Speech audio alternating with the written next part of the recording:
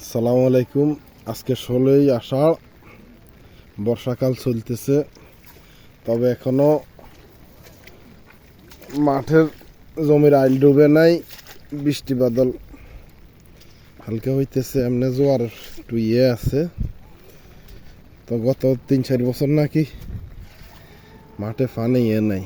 এটা হচ্ছে আমাদের দেওয়ানবাড়ি অংশ, আর এ হচ্ছে কবিরাস্ত বাড়ি তথা চৌধুরী বাড়ি। কর্নার হয়েছে সারদের শিবার বাড়ি। এই হচ্ছে অবস্থা। তো শরীর একটু অসুস্থ থাকায় তারপরে বৃষ্টি দিয়া আসলাম মাঠের পরিস্থিতি দেখতে।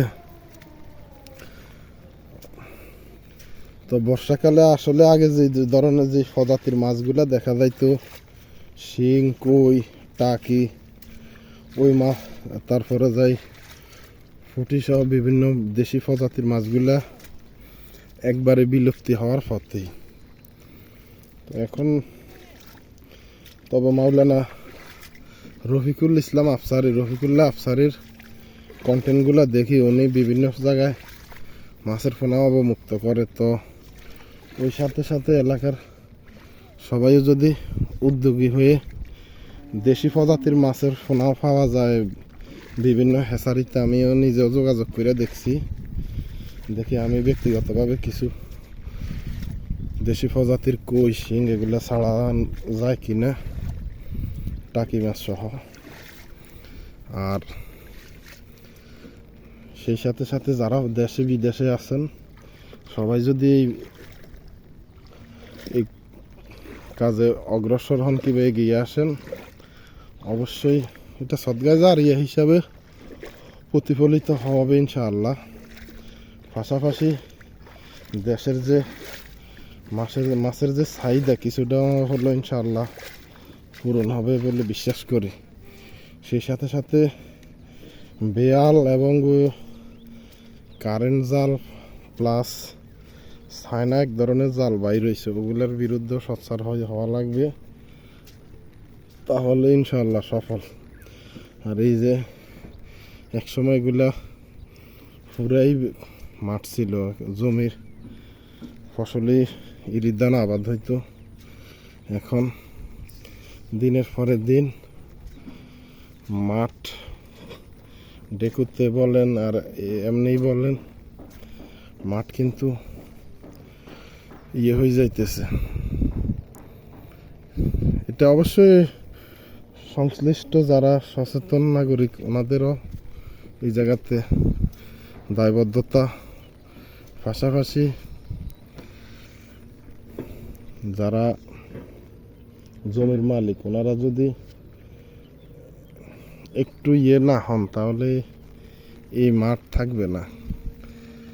গত আজ থেকে 10-15-20 বছর আগে আমরা এই কর্নার থেকে গনিয়া দরবার শরীফ যা বলা হয় যে ও দেখা যাইতো সুন্দরই দরবার শরীফের মেম্বার, তারপরে যাই দেশগা সুন্দরই দেখা যাইতো, বালিমুড়া সহ কিছুই ছিল না। এখন মাঠ পুরাপুরি বলতে গেলে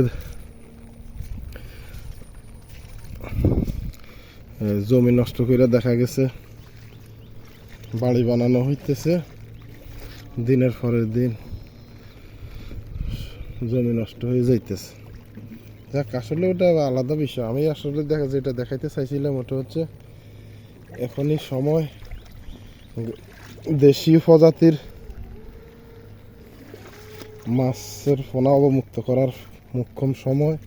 পাশাপাশি যারা গাছ লাগাইতে চান, বিভিন্ন বিশেষ করে ফসল বিভিন্ন ঔষধি গাছ আছে, ফলমূলের গাছ আছে, ওগুলোর দিকে একটু সবাই আল্লাহর ওয়াস্তে গুরুত্ব দিবেন।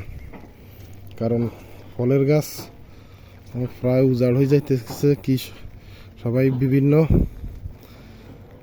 এই যে গাছগুলা দেখতেছেন এগুলা মূলত এগুলা পরিবেশের ক্ষতিকর।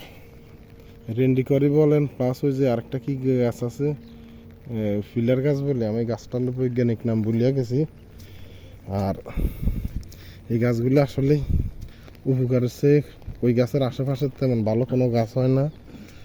আর রাসেল ভাইপার দেখতে আইলাম।